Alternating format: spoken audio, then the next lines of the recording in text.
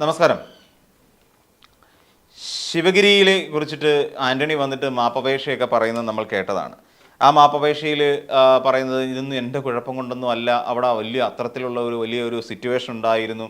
തന്നെയല്ല, ഹൈക്കോടതി ഇങ്ങനെ സ്ട്രിക്റ്റായി പറഞ്ഞിരുന്നു, നിങ്ങൾ എത്രയും പെട്ടെന്ന് അവിടെ പോലീസിനെ ഇറക്കുക, ഒരു പോലീസ് നടപടി അവിടെ ഉണ്ടാകണം എന്ന് തുടങ്ങി പറഞ്ഞു. അതുകൊണ്ട് ഞാൻ ഇത്തരത്തിൽ അങ്ങ് മാറി ഒരു പോലീസിൻ്റെ സംവിധാനം ഉപയോഗിച്ചുകൊണ്ട് തന്നെ അവിടെ ഒരു ക്രമസമാധാന പ്രശ്നം പരിഹരിക്കുകയായിരുന്നു ചെയ്തത് എന്നുള്ള ഒരു വലിയ വെളിപ്പെടുത്തൽ അദ്ദേഹം നടത്തി.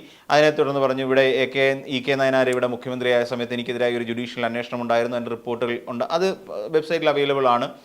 അപ്പം ഇങ്ങനെ തുടങ്ങി ഒരുപാട് കാര്യങ്ങൾ കെ ആന്റണി പറയുമ്പോഴും എന്നാൽ ചില വസ്തുതകൾ, അത് ശിവഗിരിയെ സംബന്ധിച്ചിടത്തോളം നമുക്ക് എല്ലാവർക്കും അറിയുന്ന ഒരുപാട് പ്രത്യേകതകൾ അടങ്ങിയ ഒന്നാണ്. അതൊരു ആരാധനാലയമാണ്, അതോടൊപ്പം തന്നെ അതൊരു ആശ്രമത്തിൻ്റെ എല്ലാ ചിട്ടവട്ടങ്ങളോടും കൂടി പ്രവർത്തിച്ചു വരുന്ന ഒരു സ്ഥാപനമാണ്.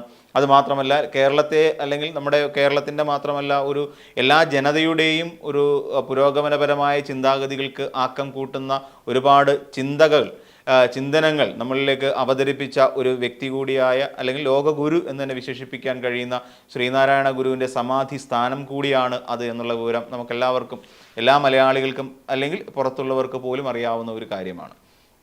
അപ്പോൾ അങ്ങനെ അത്രയും പ്രാധാന്യമുള്ള ഒരു സ്ഥലത്തേക്ക് ഒരു പോലീസ് കയറുകയും അവിടെയുള്ള സന്യാസി വര്യന്മാരെയും ഉപദ്രവിക്കുകയും ചെയ്തിട്ട് ഇപ്പോൾ വന്ന് മാപ്പ് പറയുന്നത് എന്തുകൊണ്ടും തെറ്റായ ഒരു സമീപനമാണ് എന്നാണ് ശിവഗിരി ധർമ്മസംഘം ട്രസ്റ്റിൻ്റെ ജനറൽ സെക്രട്ടറി ആയിരിക്കുന്ന ശുഭാംഗാനന്ദ സ്വാമികൾ പറയുന്നത്. കാരണം അദ്ദേഹം പറയുന്നതിന് ചില കാരണങ്ങളുണ്ട്. അപ്പോൾ അതിലിങ്ങനെ മാപ്പ് പറഞ്ഞിട്ട് കാര്യമൊന്നുമില്ല. അതായത് മഠത്തെയും സന്യാസി വര്യന്മാരെയും അതോടൊപ്പം അവിടുത്തെ ഗുരുക്കന്മാരെയും ഗുരുവിനെയും അപമാനിച്ച ഒരു സംഭവമായിട്ടാണ് അവരതിനെ വിലയിരുത്തുന്നത്. അത് നേരത്തെ നമ്മൾ സൂചിപ്പിച്ച പോലെ തന്നെയുള്ള കാര്യമാണ്. കാരണം അവിടെ മഠത്തിൻ്റെ വിശുദ്ധിയുണ്ട്. ആ മഠം ഇത്തരത്തിൽ പോലീസുകാർക്ക് കയറി അവിടെ കിടന്ന് അഴിഞ്ഞാടാനോ അവിടെയുള്ള സന്യാസിവര്യന്മാരെ ഉപദ്രവിക്കാനോ ഉള്ള യാതൊരു പ്രൊവിഷനും ഇല്ല. അവിടെ അങ്ങനെ ചില ഈ പറയുന്ന പോലെ പോലീസുകാർ കയറേണ്ട തരത്തിലുള്ള പ്രവർത്തനങ്ങളല്ല അവിടെ നടന്നു വരുന്നത് എന്ന് നമുക്കെല്ലാവർക്കും അറിയാം.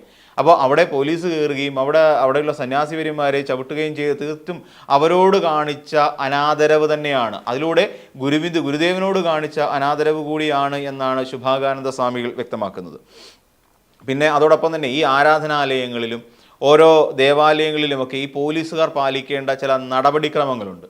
അവിടേക്കൊക്കെ കയറുന്നതിന് മുൻപായി ഇപ്പം നമ്മളൊന്ന് ആലോചിച്ച് നോക്കി, വേറെ എവിടെയെങ്കിലും ആയിരുന്നെങ്കിൽ ഇങ്ങനെ സംഭവിക്കുന്നത്, ഇപ്പം വേറെ ഏതെങ്കിലും ഒരു ക്ഷേത്രം, ഇപ്പം നമുക്കറിയാം ശബരിമല പോലെയുള്ള സ്ഥലത്ത്, ശബരിമലയിൽ നിൽക്കുന്ന സമയത്ത് അവിടെ നിൽക്കുന്ന പോലീസുകാരുടെ ഒരു സ്വഭാവത്തിൽ എവിടെയെങ്കിലും ഒരു ചെറിയ മാറ്റം കണ്ടു കഴിഞ്ഞാൽ, അവിടെ ഒരു അയ്യപ്പ ഭക്തനോട് മോശമായി പെരുമാറുന്നു എന്ന് തോന്നിക്കഴിഞ്ഞാൽ ഇവിടെ എല്ലാവരും മാധ്യമങ്ങൾ അടക്കം ഇളകി അതിനെ വലിയൊരു പ്രശ്നമാക്കി പ്രതിസന്ധിയാക്കി ഉയർത്തിക്കൊണ്ട് വരികയും ചെയ്യും. ആ സർക്കാരിനെ വേട്ടയാടാനുള്ള ഒന്നാക്കി അതിനെ തീർക്കുകയും ചെയ്യും എന്നുള്ളത് യാഥാർത്ഥ്യമാണ്. അപ്പം ഇങ്ങനെയുള്ള ഒരു സാഹചര്യം ഇരിക്കെ ഏതൊരു ആരാധനാലയത്തിലും ഒരു ദേവാലയത്തെയും സംബന്ധിച്ചിടത്തോളം അതിൻ്റെ ചിട്ടവട്ടങ്ങളും ചില നടപടിക്രമങ്ങളുമുണ്ട്.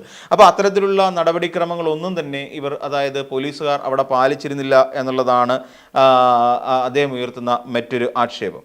അപ്പം അതോടൊപ്പം തന്നെ അദ്ദേഹം വേറെ ചില കാര്യങ്ങൾ പറഞ്ഞു. ഹൈക്കോടതിയുടെ വിധി വന്നു എന്നുള്ളത് കറക്റ്റാണ്, പക്ഷേ ആ വിധി നടപ്പിലാക്കാൻ മറ്റു ചില മാർഗങ്ങൾ കൂടി ഉണ്ടായിരുന്നു. അപ്പോൾ അദ്ദേഹം അത്തരത്തിലുള്ള യാതൊരു വിധത്തിലുള്ള നടപടിക്രമങ്ങളിലേക്കും പോകാതെ തന്നെയാണ് ഈ പറയുന്ന പോലെ ഒരു അതിക്രമത്തിന് തയ്യാറെടുക്കുന്നത്.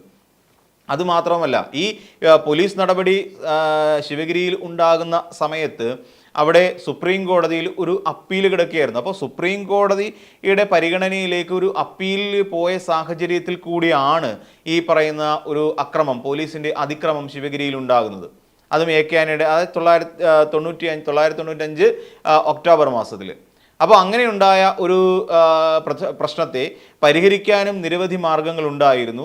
അതിനൊന്നും ഈ പറയുന്ന കെ ആന്റണിയെ പോലെ ഒരാൾ അല്ലെങ്കിൽ ആ മുഖ്യമന്ത്രി തയ്യാറായിരുന്നില്ല. മുഖ്യമന്ത്രി പക്ഷേ അന്ന് അതിന് തയ്യാറായിരുന്നെങ്കിൽ ഈ പറയുന്ന പോലെയുള്ള ചില പ്രശ്നങ്ങളിൽ നിന്നും അവിടെ ഉണ്ടായ ഒരു നരനായാട്ട് എന്ന് പറയാൻ പറ്റുന്ന തരത്തിൽ നടന്ന ആ പ്രവൃത്തിയിൽ നിന്നുമൊക്കെ ഒരു പക്ഷേ കെ ആന്റണിക്ക് രക്ഷപ്പെടാൻ കഴിയുമായിരുന്നു. എന്നിട്ടിപ്പോൾ മാപ്പിൻ്റെ ഭാഷയും കൊണ്ട് വന്നു കഴിഞ്ഞാൽ അതൊന്നും അംഗീകരിക്കാൻ കഴിയില്ല എന്ന് തന്നെയാണ് പറയുന്നത്. പിന്നെ തന്നെയുമല്ല, സർക്കാർ ഈ പ്രശ്നങ്ങൾ ഇവരുമായി ചർച്ച ചെയ്ത് പരിഹരിക്കുന്നതിന് വേണ്ടിയിട്ട് ഇവിടെ ഒരു ഉപസമിതിയെ നിയോഗിച്ചിരുന്നു. അപ്പോൾ അങ്ങനെ ഒരു ഉപസമിതിയെ നിയോഗിച്ചതിൽ നിന്നും എന്നാൽ ആ ഉപസമിതിയുടെ ഒരു റിപ്പോർട്ടിനെ കുറിച്ചോ അല്ലെങ്കിൽ അതിൻ്റെ തീരുമാനങ്ങൾ എന്തൊക്കെയായിരുന്നെന്നോ ഒന്നും കൃത്യമായി ഇതുവരെ കെ ആന്റണി മുഖ്യമന്ത്രി ആയിരിക്കുന്ന കാലഘട്ടത്തിൽ പോലും ആ ഉപസമിതിയുടെ റിപ്പോർട്ടിനെ കുറിച്ചോ അതിലുള്ള രേഖകളെക്കുറിച്ചോ ഒന്നും ഇതുവരെയായി ശിവഗിരിയിൽ ഒരു ഔദ്യോഗികമായി അറിയിച്ചിട്ടില്ല എന്നുള്ള ആക്ഷേപവും അദ്ദേഹം ഉയർത്തുന്നുണ്ട്. അപ്പോൾ അങ്ങനെ നടന്ന ചർച്ചയുടെ യാതൊരു വിശദാംശങ്ങളും ഈ പറയുന്ന മുഖ്യമന്ത്രി അന്ന് പുറത്തുവിട്ടിട്ടില്ല എന്നുള്ളത് തന്നെയാണ്. അതുകൊണ്ട് തന്നെയാണ് മാപ്പ് എന്ന് പറയുന്ന ഈ 2 അക്ഷരം കൊണ്ട് ഇവിടെ കേരളത്തിലെ അല്ലെങ്കിൽ ശ്രീനാരായണ ഗുരുദേവനെ വിശ്വസിക്കുന്നവരുടെ, ശിവഗിരി മഠത്തിലെ സന്യാസിമാരുടെയൊക്കെ മനസ്സിനെ ശാന്തമാക്കാനും തൃപ്തിപ്പെടുത്താനും എ.കെ. ആന്റണി ശ്രമിക്കുന്നുണ്ടെങ്കിൽ അത് വെറുതെയാണ് എന്നുള്ള സൂചനയാണ് ശുഭാകാനന്ദ സ്വാമികളുടെ വായിൽ നിന്ന് നമുക്ക് കേൾക്കാൻ സാധിക്കുന്നത്, അല്ലെങ്കിൽ മനസ്സിലാക്കാൻ സാധിക്കുന്നത്. എന്നാൽ നമുക്ക് അറിയാവുന്ന ഒരു കാര്യം, ഇതൊരു സ്വാഭാവിക നടപടി എന്നുള്ളതൊന്നുമല്ല. ഏകദേശം 1 മാസം മുൻപ് തന്നെ ഇങ്ങനെയൊരു പോലീസ് അതിക്രമത്തിന് വേണ്ടിയിട്ട്, അല്ലെങ്കിൽ പോലീസിനെ ഉപയോഗിച്ചുകൊണ്ട് അവിടെ ഒരു വലിയ ഒരു പ്രക്ഷോഭം സംഘടിപ്പിക്കുന്നതിന് വേണ്ടിയിട്ട് ശരിക്കും എ.കെ. ആന്റണി ഏകദേശം 1 മാസം മുൻപ് തന്നെ ഒരു റാപ്പിഡ് ആക്ഷൻ ഫോഴ്സിനെ തന്നെ രൂപീകരിച്ചു വെച്ചിരുന്നു. വളരെ പെട്ടെന്ന് അവിടെ ചെല്ലുക, ഈ രീതിയിലൊരു അക്രമം അവിടുത്തെ സന്യാസി ശ്രേഷ്ഠന്മാർക്ക് നേരെ നടത്തുക എന്നുള്ള തരത്തിൽ ഉള്ളൊരു പദ്ധതി എ.കെ. ആന്റണി നേരത്തെ മുതൽ തന്നെ ആലോചിച്ച് വെച്ചിരുന്നു എന്നുള്ളതിൻ്റെ വെളിപ്പെടുത്തലുകളും ഇപ്പോൾ പുറത്തു വരുന്നുണ്ട്. എ.കെ. ആന്റണിയുടെ അതോടൊപ്പം തന്നെ അന്ന് C.V. പത്മരാജൻ എന്ന് പറയുന്ന മന്ത്രി അന്ന് മന്ത്രിസഭയിലുണ്ടായിരുന്നു. അപ്പോൾ അദ്ദേഹത്തിൻ്റെ അതനുസരിച്ച് പോലീസിനെ വെച്ച് അവിടെ ഈ കാര്യങ്ങൾ നടത്തിയെടുക്കുവാൻ വേണ്ടി, അതായത് അത് അവിടുത്തെ ഒരു തെരഞ്ഞെടുപ്പുമായി ബന്ധപ്പെട്ട് ഉയർന്നു വന്നൊരു വിവാദമാണല്ലോ. അപ്പോൾ ആ അത്തരത്തിലുള്ള വിവാദങ്ങളുടെ അല്ലെങ്കിൽ കോടതി വിധി പോലീസിനെ വെച്ച് നടപ്പിലാക്കി എടുക്കുവാൻ ഞങ്ങൾക്ക് യാതൊരു ബുദ്ധിമുട്ടുമില്ല, അല്ലേ ഞങ്ങൾക്ക് യാതൊരു പ്രശ്നവുമില്ല, ഞങ്ങൾക്ക് ആ പണി എടുക്കാൻ അറിയാം എന്നുള്ളതിനെക്കുറിച്ചും കൃത്യമായി പിന്നെ അന്ന് C.V. പത്മരാജൻ പറയുകയും ചെയ്തിരുന്നു. എന്ന് വെച്ചാൽ ഇവർ മുൻകൂട്ടി തയ്യാറാക്കിയ ഒരു പദ്ധതി പ്രകാരമാണ് ഇത് നടന്നത് എന്നുള്ളതിലേക്ക് വിരൽ ചൂണ്ടുന്നു എന്നാണ് പറഞ്ഞു വരുന്നത്. അതേസമയം ഇവർ വക്കം പുരുഷോത്തമനുമായി സംസാരിക്കുമ്പോൾ വക്കം പുരുഷോത്തമൻ അന്ന് പറഞ്ഞിരുന്നത് എ.കെ. ആന്റണി എല്ലാം തീരുമാനിച്ചുറപ്പിച്ചു കഴിഞ്ഞിരിക്കുന്നു, അതുമായി ബന്ധപ്പെട്ടിട്ടുള്ള നടപടിക്രമങ്ങൾ മാത്രമേ ഇവിടെ സംഭവിക്കാൻ സാധ്യതയുള്ളൂ എന്നർത്ഥത്തിലും വക്കം പുരുഷോത്തമൻ പോലും അതുമായി ബന്ധപ്പെട്ട് നടന്നിട്ടുള്ള അല്ലെങ്കിൽ പറഞ്ഞിട്ടുള്ള ഒരു കാര്യം കൂടിയാണ്. അതോടെ സന്യാസി വര്യന്മാരെ 2 പക്ഷത്തുമുള്ള ഈ സന്യാസി വര്യന്മാരെ വിളിച്ചിരുത്തുകയും അവർ തമ്മിൽ ഉള്ള പ്രശ്നത്തെ ഒരു മധ്യസ്ഥ ചർച്ചയിലൂടെ പ്രശ്നങ്ങൾ രമ്യമായി പരിഹരിച്ചു കൊണ്ടുപോകാൻ കഴിയുമായിരുന്ന സാഹചര്യമാണ് നിലവിലുണ്ടായിരുന്നത്. എന്നാൽ എന്തുകൊണ്ട് സംഭവിച്ചില്ല എന്ന് പറഞ്ഞാൽ ഇത്തരത്തിലൊരു പ്രശ്നത്തിലേക്ക് പോകുന്നതിൻ്റെ പിന്നിൽ പ്രവർത്തിച്ച സംഘപരിവാറുകാരാണ് എന്ന തരത്തിലേക്കുള്ള വെളിപ്പെടുത്തലുകളും പുറത്തേക്ക് വരുന്നുണ്ട്. അപ്പോൾ സംഘപരിവാറുകാരുടെ ശക്തമായ ഇടപെടലിനെ തുടർന്നിട്ടാണ് അതൊരു വലിയ പ്രശ്നമായും അതൊരു വലിയ പ്രതിസന്ധിയായും ശിവഗിരി പോലെയുള്ള പരിപാവനമായ ഒരു സ്ഥലത്തെ ഒരു ദുഷ്ടലാക്കോടുകൂടി അല്ലെങ്കിൽ ലാക്ക് ഉപയോഗിച്ചുകൊണ്ട് ചവിട്ടി മെതിച്ച് നശിപ്പിക്കാൻ ശ്രമിച്ചത് എ.കെ. ആന്റണി എന്ന് പറയുന്ന ഒരു മുഖ്യമന്ത്രി തന്നെയാണ്. അതിന് യാതൊരു പ്രശ്നങ്ങളുമില്ല, അതിനകത്ത് യാതൊരു സംശയവും ആർക്കുമില്ല.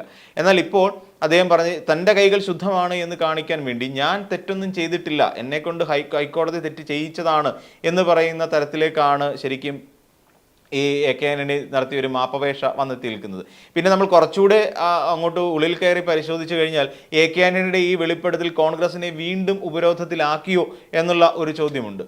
കാരണം ഇടതുപക്ഷം ഉന്നയിച്ചുകൊണ്ടിരുന്ന ആരോപണങ്ങൾ അല്ലെങ്കിൽ സഭയിൽ അടിയന്തര പ്രമേയത്തിന് മറുപടി പറഞ്ഞ മുഖ്യമന്ത്രി തന്നെ ഇത്തരത്തിലുള്ള പ്രശ്നങ്ങൾ ഇവർ ചെയ്തിട്ടുണ്ട് എന്ന് പറയുമ്പോഴും ആ കുറ്റം മുഴുവൻ UDFിൻ്റെ തലയിലേക്ക് വരുന്നുണ്ട്. അതായത് ഇലക്ട്രിക് ബാറ്റൺ എന്ന് പറയുന്ന അതിമാരകമായ ഒരു ആയുധം ഉപയോഗിച്ചുകൊണ്ട് ഇന്നാട്ടിലെ യുവജന പ്രവർത്തകരെ ആക്രമിച്ചതിനെക്കുറിച്ചുള്ള രേഖകളിലെക്കുറിച്ചും മുഖ്യമന്ത്രി പറയുകയും ചെയ്യുന്നുണ്ട്. അപ്പോൾ ഇങ്ങനെയെല്ലാം UDF പ്രതിരോധത്തിലായി നിൽക്കുന്ന സമയത്താണ് ഞങ്ങളിതെല്ലാം ചെയ്തിട്ടുണ്ട് എന്ന് പച്ചയ്ക്ക് വന്നിരുന്ന് സമ്മതിക്കുന്ന ഒരാളായി മുഖ്യമന്ത്രി എ.കെ. ആന്റണിയെ നമുക്ക് കാണാൻ സാധിക്കും. അപ്പോൾ അങ്ങനെ UDFിന് ഇനി ഒന്നും പറയാൻ കഴിയില്ല, UDFിന് വോയിസ് ഇല്ല. കാരണം നമ്മളൊക്കെ ഭരിച്ചുകൊണ്ടിരുന്ന കാലഘട്ടത്തിൽ ഇതല്ല ഇതിനപ്പുറവും ചെയ്തിട്ടുണ്ട് എന്ന് ഉള്ള ഒരു കുറ്റം സമ്മതിക്കലാണ് ഇപ്പോൾ എ.കെ. ആന്റണി നടത്തിയത് എന്നൊരു വിഭാഗക്കാർ പറയുകയും ചെയ്യുന്നുണ്ട്. അപ്പോൾ എന്ന് വെച്ച് കഴിഞ്ഞാൽ ശരിക്കും പറഞ്ഞാൽ എ.കെ. ആന്റണിയെ സംബന്ധിച്ചിടത്തോളം എ.കെ. ആന്റണി സ്വന്തം കൈകൾ കഴുകി വൃത്തിയാക്കാനും ശ്രമിച്ചു. കാര്യം എൻ്റെ കുറ്റം കൊണ്ടല്ല, മുത്തങ്ങ ഉണ്ടായത് എൻ്റെ കുറ്റം കൊണ്ടല്ല എന്നൊക്കെ വന്ന് പറയുന്ന ഒരു സാഹചര്യം. അതോടൊപ്പം UDFിൻ്റെ കാലത്തും ഇത്തരത്തിലുള്ള അതിക്രമങ്ങൾ നടന്നിട്ടുണ്ട്, അതുകൊണ്ട് നിങ്ങൾ ഇപ്പോൾ ഭരിക്കുന്ന ഇടതുപക്ഷത്തെ അധികം അങ്ങോട്ട് കുറ്റം പറയാൻ നിൽക്കേണ്ട എന്നൊരു ധ്വനിപ്പിക്കലും അതിനകത്തുണ്ടോ എന്നുള്ള ഒരു സംശയവും ചില നിരീക്ഷകർ വിലയിരുത്തുന്നുണ്ട്.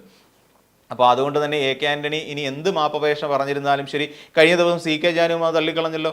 എ.കെ. ആന്റണിയുടെ മാപ്പപേക്ഷ മുത്തങ്ങയിൽ നടത്തിയ നരവേട്ടയെ സംബന്ധിച്ച് എ.കെ. ആന്റണി വന്നിട്ട് അവിടെയും മാപ്പ് പറഞ്ഞല്ലോ. ആ മാപ്പിനെയും C.K. ജാനു പറഞ്ഞു ഞങ്ങൾക്ക് മാപ്പിൻ്റെ ആവശ്യമൊന്നുമില്ല, ഞങ്ങൾക്ക് തരാം എന്ന് പറഞ്ഞിട്ടുള്ള ഭൂമി ഞങ്ങൾക്ക് അനുവദിച്ച് തരിക എന്നതിനപ്പുറത്തേക്ക് വേറെ യാതൊരു നിലപാടുകളിലും മാറ്റമൊന്നുമില്ല. അവരെ ഏറെക്കാലമായി പറ്റിക്കുകയായിരുന്നു.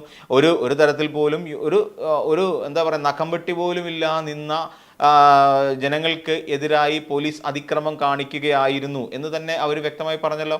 എന്നിട്ടിപ്പോൾ മാപ്പ് പറഞ്ഞാൽ ആ മാപ്പ് ഉൾക്കൊള്ളാൻ ഞങ്ങൾക്ക് കഴിയില്ല എന്ന് തന്നെ C.K. ജാനുവും കഴിഞ്ഞ ദിവസം എ.കെ. ആന്റണിയുടെ പ്രസ്താവനയും പത്രസമ്മേളനത്തെക്കുറിച്ച് വ്യക്തമായി പറഞ്ഞിട്ടുണ്ടായിരുന്നു.